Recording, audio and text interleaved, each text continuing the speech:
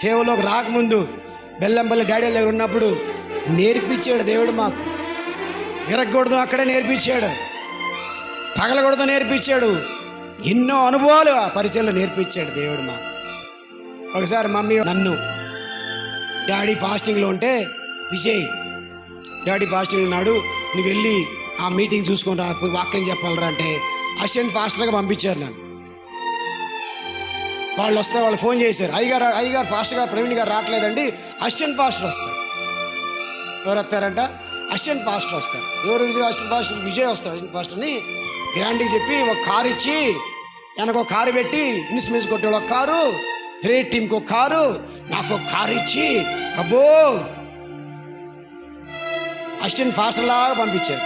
పోయి ఆడికి వెళ్ళి ఊగిపోయి వాక్యం చెప్పి టచ్ నన్ను కింద పడేసి ఇంటికి వచ్చి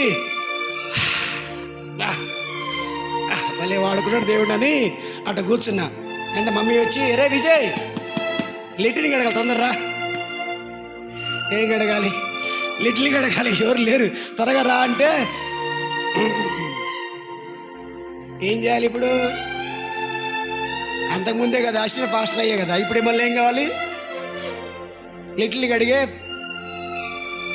పరిచర్య చేయాలి. టెస్ట్ చేయడానికి లిటిల్ మొత్తం గడిగిచ్చేవాళ్ళు.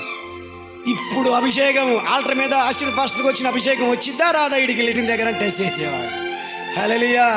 ఇది నాకు అర్థమయ్యి ఆల్టర్ మీద ఏ అభిషేకం వచ్చిందో లిటిల్లో అంతకన్నా డబల్ అభిషేకం నేను ముందుకునేవాడిని. గట్టిగా చెప్పులు పెడతా.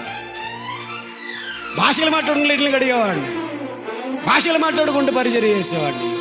అక్కడే నేర్చుకున్నా. హల్లెలూయా. బాగా విరగొట్ట నేర్పించారు దేవుడు. నాకు మంచి ఆత్మీయ తల్లిదండ్రులు ఇచ్చారు.